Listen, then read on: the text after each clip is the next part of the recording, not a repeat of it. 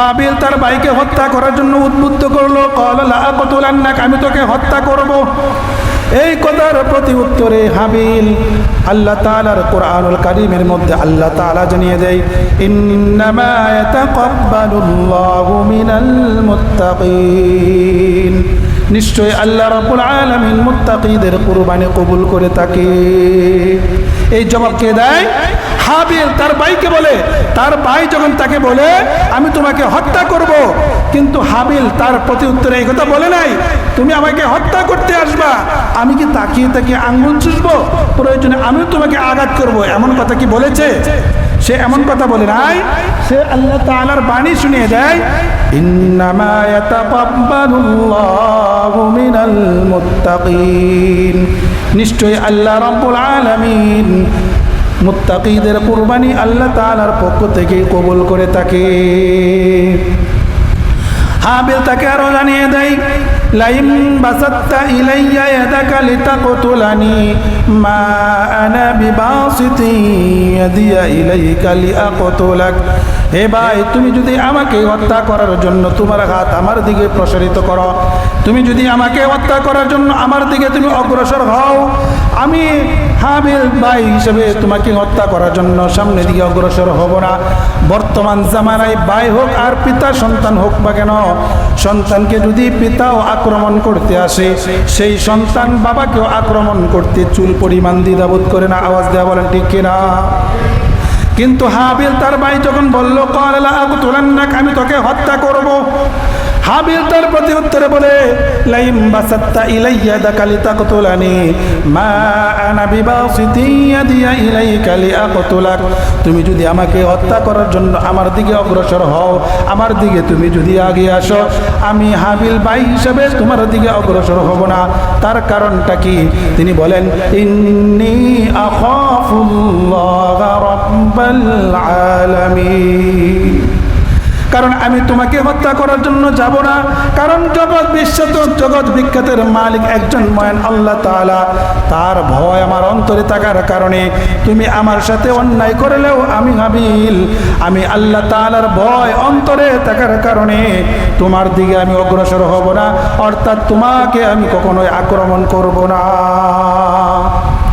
সুতরাং কাবিল যখন তার ভাইকে হত্যা করার জন্য এমন প্রস্তুতি গ্রহণ করলো, হাবিল তার পবিত্র আল্লাহ তাআলা কোরআনুল বাণীর মাধ্যমে আল্লাহ তাআলার এই বান্দা, আল্লাহ তাআলার বান্দা এই কোরআনের বাণীর মাধ্যমে তার ভাইকে এই জবাবগুলো দিয়েছেন। তারপর বলেন, ইন্নী উরিদু আন তাবুআ বিইসমি ওয়া ইসমিকা ওয়া তাকুনা মিন আসহাবিন নার, তুমি ভাই যদি আমাকে হত্যা করো, আমাকে যদি হত্যা করো, তাহলে তোমার পাপ এবং আমার পাপ যত গুনাহ আছে এই সমস্ত গুনাহগুলো নিয়ে তুমি কাল হাসরের ময়দানে উপনীত হবে, কাল হাসরের ময়দানে তুমি উপস্থিত হবে।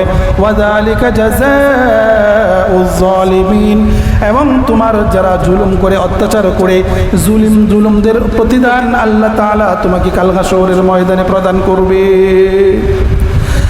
হাবিল যখন উত্তর দিল, ইন্নী আখাফুল্লাহ রাব্বাল আলামিন, আমার অন্তরে আল্লাহ তাআলার ভয়, আমার অন্তরে আল্লাহ তাআলার ভয় থাকার কারণে তুমি ভাই যদি আমাকে হত্যা করতে আসো, আমি তোমাকে হত্যা করব না।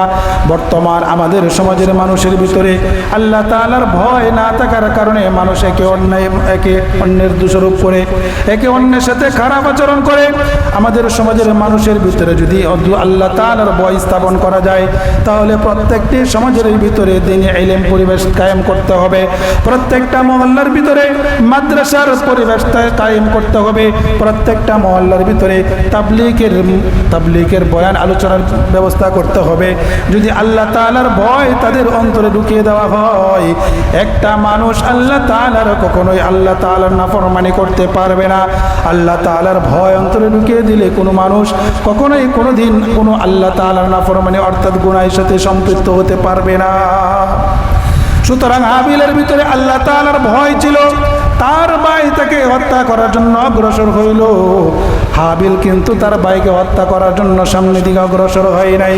আল্লাহ তাআলা তাদের হাবিলের ভিতরে আল্লাহ তাআলার এত বেশি পরিমাণ ভয় ঢুকিয়ে দিয়েছিল যে ভয় ঢুকিয়ে দেওয়ার কারণে কাবিল তার ভাইকে হত্যা করলো, কিন্তু হাবিল তার প্রতি উত্তরে কোনো আঘাত করে নাই।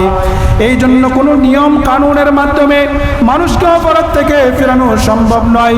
আল্লাহ তাআলার ভয় যদি কারো ভিতরে ঢুকিয়ে দেওয়া হয়, সেনাবাহিনীর মাধ্যমে মানুষকে অন্যায় থেকে বিরত রাখার প্রয়োজন হবে না। মানুষকে যদি গুনাহ থেকে বাঁচাইতে হয়, মানুষের অন্তরে আল্লাহ তাআলার ভয় ঢুকিয়ে দাও।